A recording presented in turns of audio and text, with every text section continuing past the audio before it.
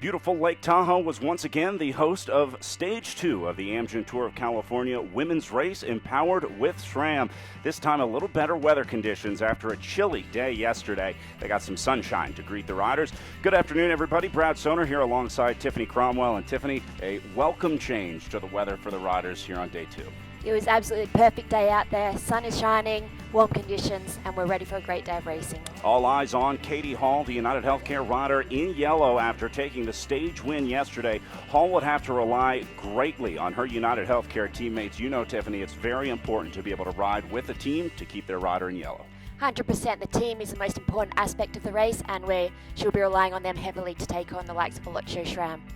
2 circuits around the course today for the Pioneer Circuit race, just over 25 miles on each circuit. Kind of goes out away from the lake and then returns back. Hall was ready to go with her United Healthcare team. They were all business in the morning as they prepared to defend the yellow jersey. And Tiffany, you had a chance to catch up with her before the start.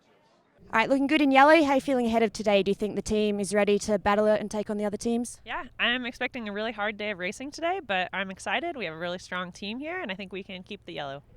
And it's a short stage, but we have 2 ascents of this final climb back into Heavenly. It's another finish similar to yesterday, but you finish on top. Do you think you've got the legs to back up for another stage win? Yeah, I hope so. It'll be hard, but I'm looking forward to it. The other rider that we'll be looking at today is Lauren Kamansky, the 2016 presented by Show Air rider who had a good ride to get on the podium yesterday, but will try to improve that today. So your third yesterday, big ride in between 2 Velocio SRAM riders and just behind Katie Hall. How are you feeling for today and what's the plan? Yeah, really excited for today. Hopefully everyone's going to race aggressive. It's a little bit shorter today. I think it's a good course, so hopefully it's full gas from the start. It's another hilltop finish with 2 times up this climb with 2 circuits. Do you think it's going to be another solo victory or it'll be a small group in the finish? I think it has a chance for a lot of different scenarios. There could be a break up the road.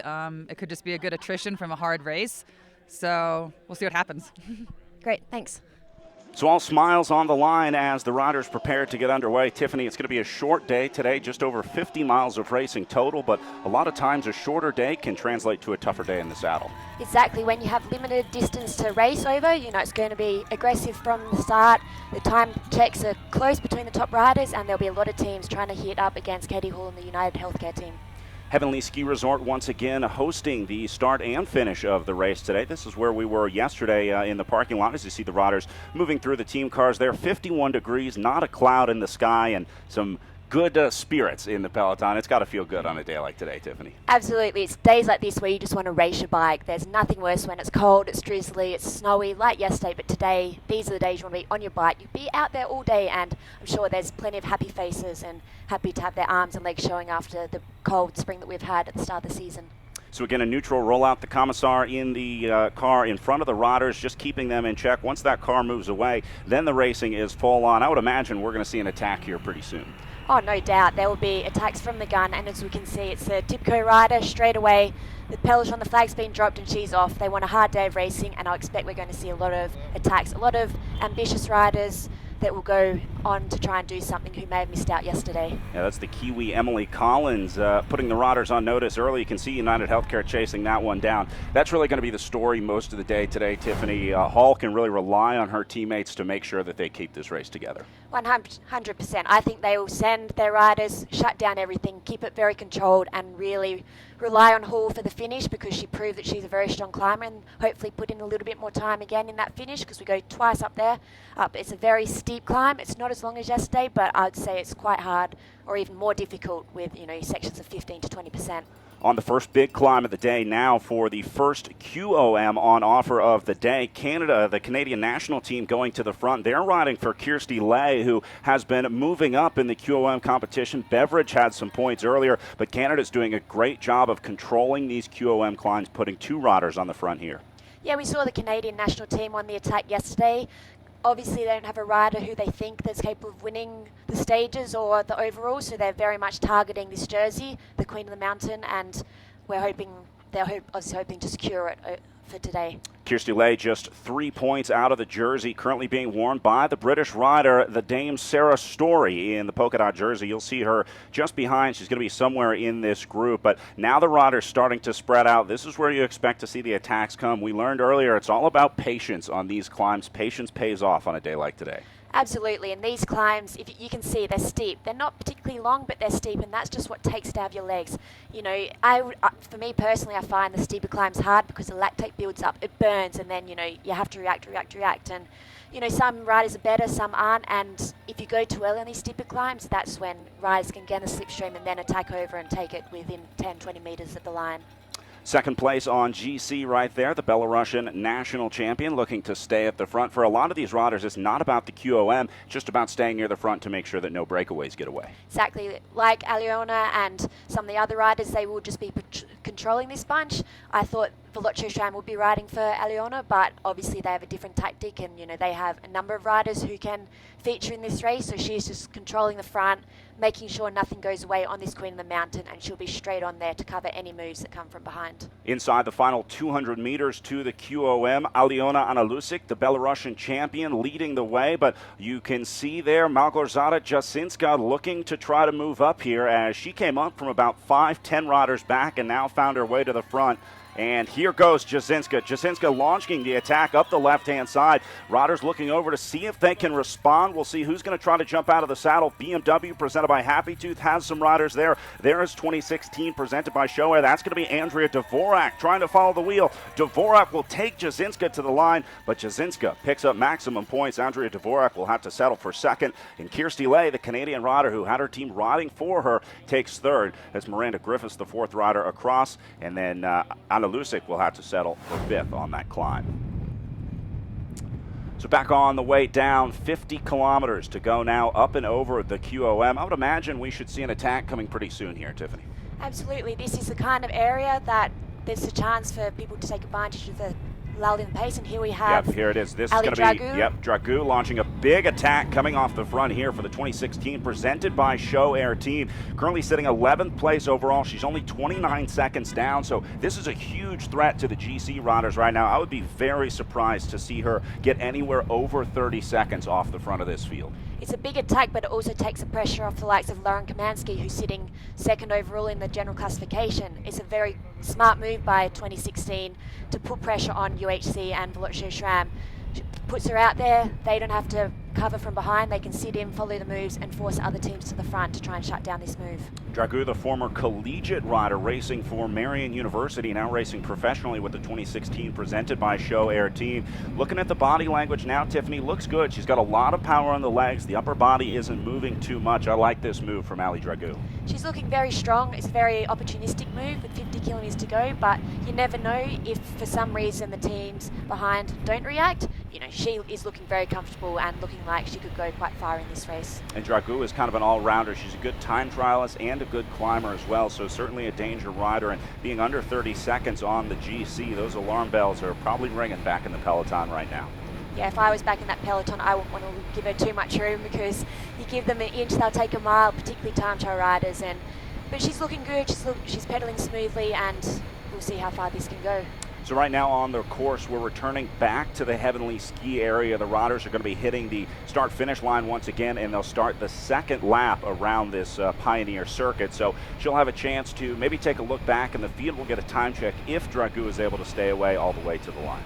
They also have the opportunity to see the finish line for the first time before approaching for the final time, which is really important, so you get a feeling of how it's going to feel in your legs, how that final climb will be, where you can launch your attacks for that last move, because it is going to come down to that, I believe, in this stage. Sure, there'll be attacks where the Dragoo can stay away.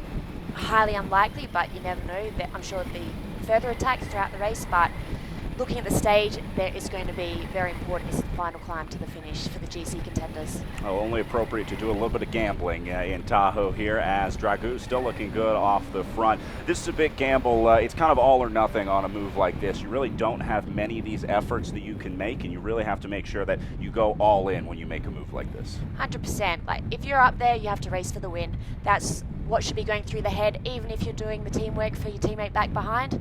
Your team is relying on you to be on that front, to ride for the team, to give it your everything.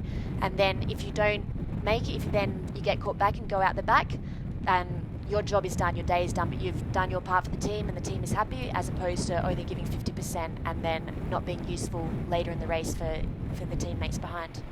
Dragoo not looking over her shoulder too much so far, so she seems pretty comfortable riding off the front. It's about 30 seconds right now back to the field, so she is our unofficial virtual leader on course. That means if we stop the race right now, then she would move into yellow, but luckily we still got plenty of racing to go here as they're going to be hitting the line for the final 25-mile circuit. She's looking very smooth there in her element. Happy at the front, no boat to worry about, get to enjoy the views, but sadly she won't be. But it'll be interesting to see how she copes up this climb to the finish, and I'm sure with the straight, with the peloton being able to see in view, she's probably going to get brought back as we reach that finish line. Now they are going to be hitting the intermediate sprint before they make it to the finish. A reminder, there is a time bonus on that line. 3 seconds taken off the GC for first, 2 seconds taken off the GC for the second rider across, and 1 second taken off GC for third. So if she's able to stay away from this field through that intermediate sprint line, she'll go down 3 seconds on GC. So that's going to put her at 26 seconds down over Katie Hall. And in a race where the time bonuses are so important, as you can see, the general classification is very close in the top end. All of these seconds count. So it's also a tactic for 2016 to have a rider to take these bonus seconds. The likes of Kamansky, it'll help her for the likes, if there's others from behind trying to take the points, of Aliona Amalusik, who's also sitting very close in the general classification, and Katie Hall. Well, she'll want to get ahead of Katie Hall, but this is just taking points away from others who could potentially threaten Kamansky's overall classification position. 2016 presented by Showa really has a lot of cards that they can play in this situation. Obviously, Dragoo going very well today. You talked about Kamansky, who was third yesterday. How much can we use yesterday's results as kind of a gauge for what we're going to be seeing today, as this is going to be Dragoo heading through the sprint line right now. So Ali Dragoo is another rider who had a great ride yesterday, and that's reflecting again today. Yeah, she obviously is backing up well. The altitude isn't hurting her too much, and she's finding it quite comfortable. I think we'll see quite a similar riders coming over the finish line but perhaps a different order. But it's going to be that same group of major GC contenders that we'll see fighting out for the finish, as it's another tough finish, very similar, and it'll be who's got the legs, who's backing up well day after day. As if they raced hard, went deep, then they're going to suffer, whereas others get better as the tour goes on. Is the California sprint leader Allison Beveridge in the green jersey, taking second place across that line. Beveridge wasn't looking at the GC. She's more concerned with that green jersey competition. 41K of total racing remaining now as Dragoo continues to ride off the front, but looks like she's starting to suffer just a little bit here. Yeah, this bit is certainly going to be hurting. The legs will be burning as she reaches 1 kilometre to go. I rode up this climb yesterday and it's not pretty, similar to yesterday, but a little bit shorter, with sections of 15 to 20%. And with altitude, it really, really does play a factor here. I've been doing some training around the Lake Tahoe area, and climbing, you feel like you're breathing through a straw, and she will be feeling this. She'll be breathing heavily, and really, really hurting at this point. And I'm sure behind everyone will be feeling the same, but she's already spent some time off the front, and her legs are getting heavier and heavier, and yeah, she'll just be hoping to get here and get up the top before the peloton catches her. Heavenly, the highest point that they will hit at the start-finish line today, that's just under 6,800 feet above sea level, so quite a bit of elevation, and you really start to feel the altitude. Once you go above 4,000 feet, for riders that are living and training at sea level, you can seriously feel that in the legs and lungs. Oh, 100%. The second you start riding, just any little effort, it's like already your heart rate goes from average of 130, 140 to 150, 160, depending on the rider, but it just feels like your heart's about to pump out of your chest, and it really is not a good feeling. I guess the best way to explain to people the feeling is, when you're really, really unfit, when you've had a long time off the bike, say the pre-season, and then you start training again, that's the type of feeling that you get. You do one hard move, one hard effort into the red, and you cannot repeat that time and time and time again. Look at how steep this is on the course now as Dragoo going side to side, curb to curb, as she tries to continue momentum up the climb. The gap down to 15 seconds, and there's the peloton. So Dragoo will be caught here on this climb as we head out for one more circuit. We're going to be all back together pretty soon. I think it will be as we reach the start-finish line. Like, this is the hardest part of the climb before they get a little bit of relief around the corner, but she's hurting. She really, really does not look good, and she'll be up. If I'm in her position, I'll be hoping to get around and up through the finish line before the peloton catches me, because it's never nice to be caught halfway up the climb, because it's very, very hard to then attach yourself to the peloton and stick with them over the climb. At this point, looks like Dragoo just waiting to be absorbed as she takes a look behind her. Even gets a little steeper on the kickbacks as they make some of these turns coming up on the steepest part of the course. It's so hard, especially when I would imagine a lot of these riders are probably maxing out their rear cassettes. They would be. A lot will be running 28 cassettes, 27, 28, 29 on the rear, and here there's a little bit of a breather through this stretch before they make the right-hand turn back up to the final kick up to the finish. But they will have the big cassettes on, that's for sure. The 39 on the front, but if it was me, 27, 28 on the rear cassette. You can see just in the back of that picture the damage that climb has done to the field. It's only a group of about 20 riders remaining and then a bunch of stragglers behind, but they'll probably be able to catch back on the descent after they leave the Heavenly Ski area. It's a very, very fast descent that they go down. It's the climb that they did yesterday for the final, and again, they'll be hitting speeds of 60, 70, 80 kilometers an hour, even as fast as 90 kilometers an hour, so it is fast, and I'd say it will regroup as then they hit the valley again to hit the flat ground, and then it'll be all to play for as they take on the second lap.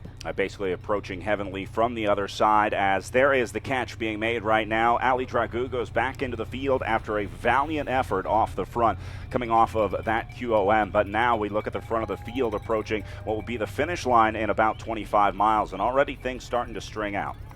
It is, and everyone looks like they're hurting, but the front runners look quite comfortable. You can see 2016 towards the front, Velocio Schramm, Ali Cipollini, all the big teams are there. The only ones we cannot see is UHC, which is quite surprising. We can't see the yellow jersey there, but I'm sure Katie Hall isn't too far away, but she'll just be looking to conserve for as long as possible, because it's so important for her to do as little as possible into this final climb the next time around. No time bonuses on the line here as they go through, so the order that the riders cross the line doesn't really matter. What's most important is probably just trying to stay in contact with the front group. That is the most important thing, because there is nothing worse when you're on a climb. You are just hanging, just hoping to hold that back wheel, but then you get that little tiny gap, and then if you cannot quite hold that, it's make or break, and then to try and recover once the lactate is up your legs through to your eyeballs, as I like to say, it's very, very difficult to recover from that.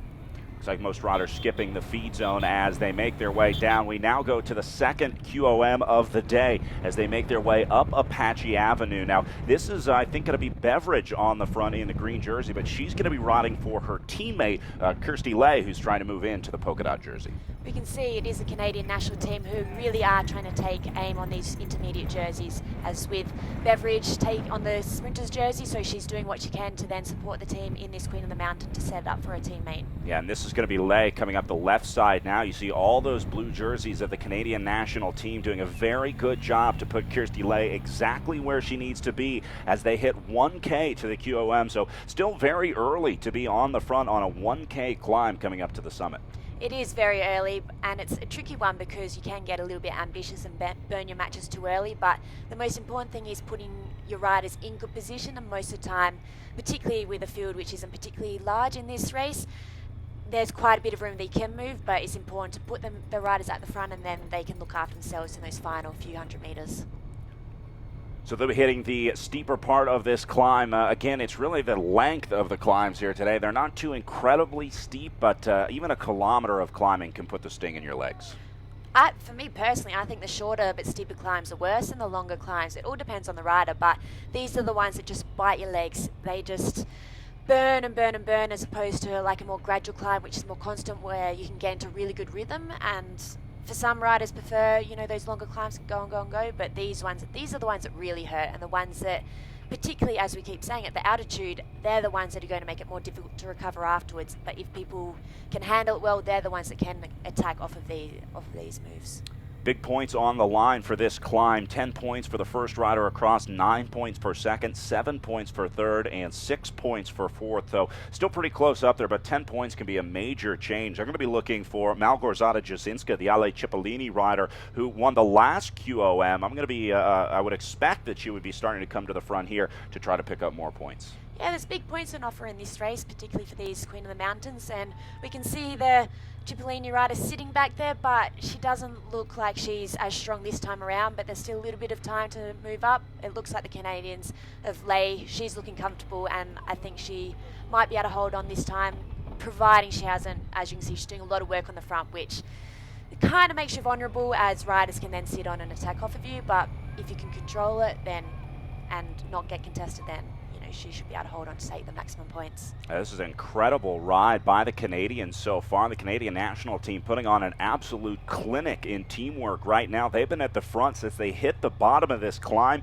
Nobody else has been able to take over, so this is perfect for Kirsty Lay right now. Absolutely. She has a fantastic team around her. It's great to see such great teamwork from a national team, as it's not one of the big professional teams where you drilled to always do such good teamwork, and here she comes. Yeah, here comes Jasinska up the left-hand side of your screen. That's going to be Malgorzata Jasinska, the Ale Cipollini rider. Does it again, coming out of nowhere to take maximum points on the Lexus QOM. So there you go, Jasinska beats Kirsty Lay to the line. Lay will have to settle for second as Amalusic takes third on that QOM climb.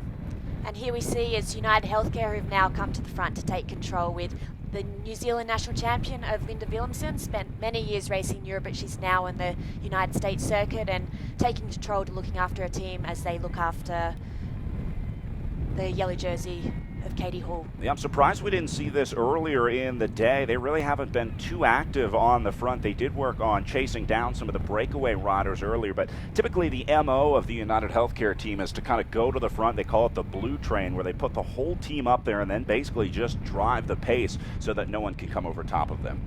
I think, but with this race being such an undulating course, such a hilly course, they haven't had the need to do it just yet. They've been able to use the first race to let the other teams do the racing, use the energy, because you don't want to burn out your team too early, and it's going to be really, really important that Katie Hall has her team there right up into that final climb. So they're playing it smart, they're playing it patiently, but now obviously we're seeing their key tactics of the UHC blue train and just taking control, keeping the pace high, but making and watching for attacks. Just finishing in the group won't be good enough for Katie Hall today. There are time bonuses on the line at the finish. 10 seconds for first, 6 seconds for second place, and 4 seconds for third. So if Katie Hall can get a stage win the way that she did yesterday, that's just going to solidify her yellow jersey. But there are going to be a lot of GC riders racing for the stage win today because of the time bonus. Yeah, it was a very, very impressive win yesterday, very decisive win. She looked incredibly strong on that climb.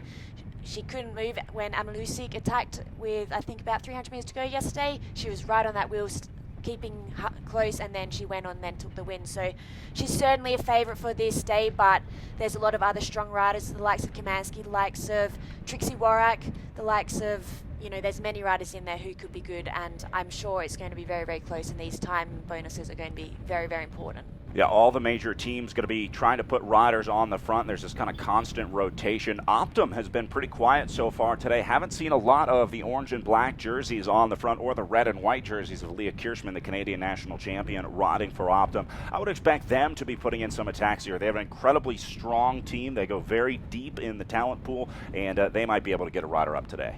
They are a very, very strong team, but they're just playing smart. They're utilising other teams, as we can see Velocio SRAM on the front.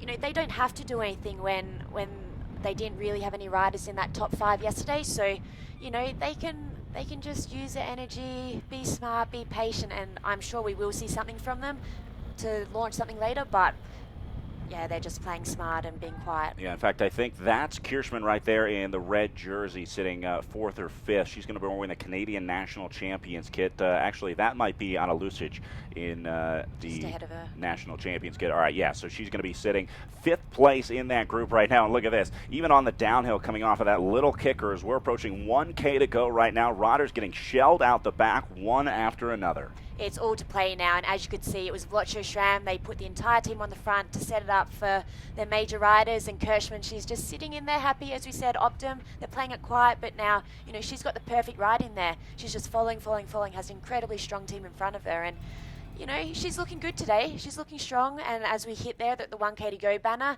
and Lisa Brunauer, Wow. she's done her job. And now there's nothing worse when you've been on the front and having to pull off on such a steep climb because there's nowhere to go. Yeah, 1K to go here as they head under the Kenda banner. Tiffany, talk a little bit about the riders that we saw going backwards, like Linda Brennauer there. As Brennauer, obviously, her job is done. Talk about the teamwork in the roles. Once your job is accomplished, you're pretty much free to pull off the front and pull the plug. Yeah, basically, you know, you're there to give it absolutely everything you go. Certain teams will say, here's your finish line. So for Lisa, her finish line was probably 1 kilometre to go. She's a world time trial individual champion. You know, they want her to use her such strength to then hold fast speed into that climb and set up for the likes of, you can see it's Amalusik and Trixie Warak together for the team. And now it's just Caroline Canuel who's pulling off. And, you know, it's game over. Your role is done, and you just have to get yourself to the finish line and let the rest of the team do their job and take it to the line. This is going to be the separation right here. Big move happening on the final climb coming up to the finish. This is it. If you're not in this front group, your chances of winning this race are over.